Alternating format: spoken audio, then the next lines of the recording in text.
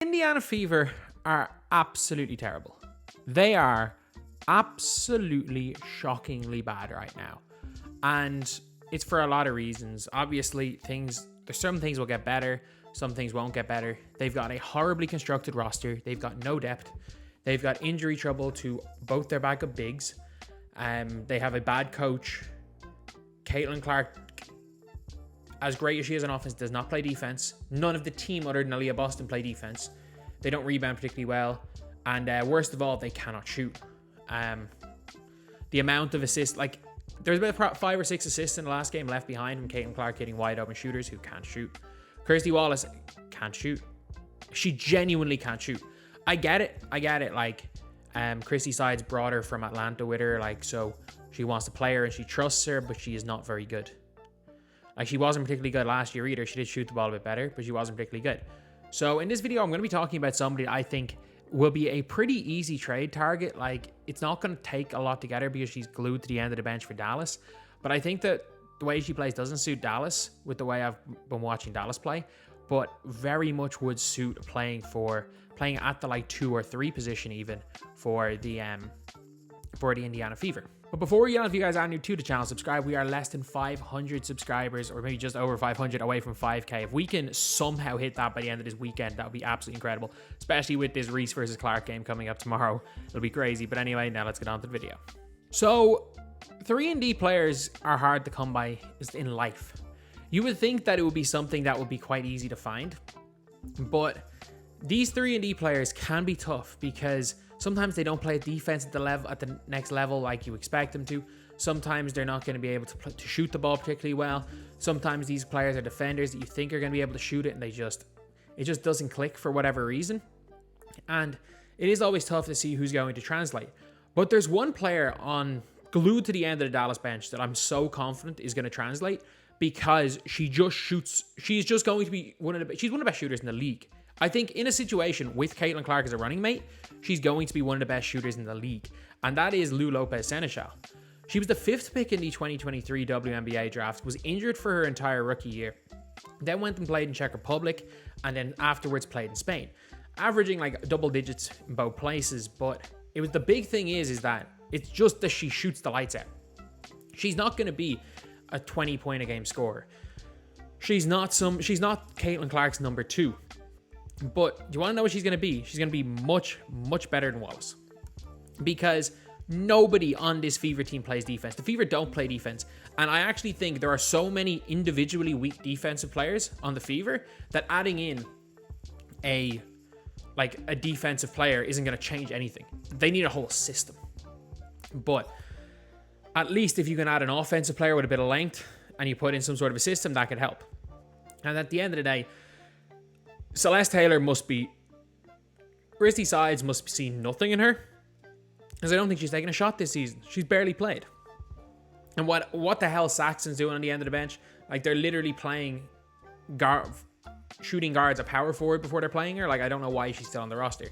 But I don't think it's going to take much at all to get Lou from Dallas. She's not played in some games. She didn't play last season. She's playing in some, not playing in others. And when she's getting put on for a minute. Like, she might get a minute on the court. I don't think she's scored yet this season. But if you watch clips, unfortunately I can't show the clips for copyright reasons, but if you watch the way she played at UConn, she was just, everything is off the ball, everything is catch and shoot, everything is one dribble pull-ups, everything is just when the defense are going to help off, because every single shot that the Fever shoot is open. Every 70% of their shots are open. The gravity that Caitlin Clark gets, and in fairness, Aaliyah Boston draws a bit of gravity as well when she's driving in, and she's a decent enough passer. Like, we saw it yesterday, like when they started going one-on-one with Alyssa Smith, and Alyssa Smith is shooting wide open shots after wide open shots. She had some open layups. Like, teams are willing to risk losing a game to double and triple team Caitlin Clark. So the Fever need just players around her that can hit shots. Grace Berger is fine mid-range shooter, but it's a lot easier to spot up for three with the way the spacing is right now and the way teams are defending the Fever, and it's also a hell of a lot easier to or it's an extra point. It's a hell of a lot easier to get points on the board. So why am I suggesting Lou? Like, I'm someone that's watched Lou play for the last 6 years. Like, I remember, obviously, she played in Ireland. She played for Clester under 20s. I went to watch. I had a lot of friends on that team, so I would watch that team play regularly enough. And then I'd obviously heard how good she was, because she had like 45 in a Dublin Division 1 game at like 19, which is kind of crazy. She then went off to Fairfield, where obviously I just kind of kept up with how she was playing. She was killing it for years, and in her final year was the best player in her conference. And then after that went to UConn, where she was expected to come off the bench. Paige Beckers goes and tears her ACL, and she immediately becomes UConn's main shooter, the main scorer on a team. And like, this isn't a bad team. This is a team with Nika Mule. This is a team with Alia Edwards, and she was one of their main scorers, if not their main scorer. The way she shot the ball, the way she plays off the ball, is exactly what the Fever need. The Fever just need a sniper. They need a sniper, and Lou's big. Like, again, I've stood beside her. She's my height, if not taller. Like, she's legit 6'1", got good length, can handle the ball pretty well. And look, will the defense translate? Probably. Like, she played at UConn. Like, if you are incapable of fitting into a defensive system, you do not get on the floor at UConn. Like, if you are unable to, I don't know how great she's going to be as far as just one-on-one defense goes, especially at the WNBA level, but if you can't at least fit into a system on the defensive end, you're not getting a look in at UConn. So she's obviously played with maybe the college that best translates players to the WNBA, and her play style fits absolutely perfect for what the Fever need. And if you're wondering how she played with the pressure involved, I mean, like, she is somebody who played at the NABA Basketball Academy in Ireland. She was never, like, WNBA was never in the conversation 6 years ago. She then went to Fairfield, was meant to be a bench player at UConn, and somehow stepped up and filled the shoes that Paige Becker stepped away. Like, she's already had the pressure. I'm not going to lie. Her trying to fill Paige Becker's shoes is a lot more pressure than her just spotting up wide open and hitting shots. Because there was more fans of those UConn games. People cared more about as much about those UConn games as people care about WNBA games, because college basketball and women's is bigger. So as far as pressure is concerned, she's going to be fine. I think she's going to be completely fine. Like, from someone who grew up playing in France and then moved to a year to an academy in Ireland, and then went to Fairfield, who obviously aren't one of the major colleges, and then stepped into UConn like it was nothing, she'll be fine. Like, the Fever need a hell of a lot. They need a hell of a lot. Like, they need an entire off season. Once Wheeler's contract gets ran down, and they might be able to get a free agent. Maybe there will be a free agent that wants to play with Caitlin Clark.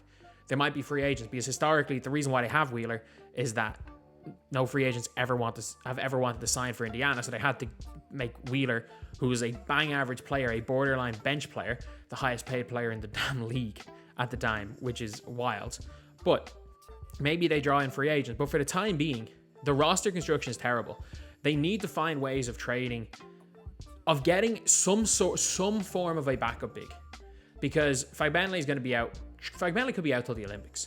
Just some form of a backup big that can play, and that you're not playing Samuelson at the 4, because defensively that's just disastrous. You need just some form of a backup big and a shooter. Like, a lot of people are going like, oh, they need point guards. Not really. Like, Clark can play the 1. Clark can play the 1. If you have a bunch of shooters around her and she can draw the gravity, she can just kick the shooters and the shooters are going to score. Like, we've seen, if you've been watching the Fever games, the amount of open shots they shoot is nuts. And the reason why I'm suggesting Lou is, one, I'm very confident in her ability to actually fit in well with this team and be really good. And she's also glued to the end of the Dallas bench, so there's no reason why it would take anything really to give up to get her. I know she was a top 5 pick, but like, look, you don't sit on the end of the bench for multiple years in this league. Spots are too competitive. And one of the big reasons why, like, I don't think she fits in with Dallas is because Ogunbowale, like, Arika Ogunbowale is unbelievable. She is the biggest ball hog in this entire league. She's the biggest ball hog. And then the Dallas Wings have other players that need to get their touches. So I don't know how important a spot-up shooter is in that scenario. Whereas with the Fever, the way every team guards the Fever is they double Caitlin Clark, they deny the first pass to the wing, and then they deny the first pass to the wing on the strong side. They're now having to guard the pop a little bit and guard the free throw line with Aaliyah Boston, and then they bring someone under the basket. Both corners are either going to be wide open, or if Caitlin Clark can hit the far corner, they scramble and the wing's going to be wide open. If you can literally put have a shooter or just have two shooters on the weak side when Caitlin Clark comes off right. You're going to get a wide open 3-point shot every single possession because the way the defense has to scramble. And I think putting someone like Lou in there will, like, she shot pretty much 45% from three since she left Ireland. So I can't see her being any worse than the players they have. Like Lexi Hull, I know some people are saying she's a shooter, and she's hit the backboard on corner threes more often than she's made a 3-pointer this season. Wallace is shooting under 20% and has airballed more than she makes. So I think trying to get someone like Lou in to help Caitlin Clark will help, as well as that she offers a bit of length. If she plays the 2, she offers something a little bit different. Obviously, we'll probably play the 3 because I don't see them benching Kelsey Mitchell, but she's not too small to play in that lineup. It's not like putting Grace Berger in where Clark is forced to play the 3 and it's then just like getting a bully ball last night. But yeah, that is just my opinion. A player I think could fit very well with Caitlin Clark.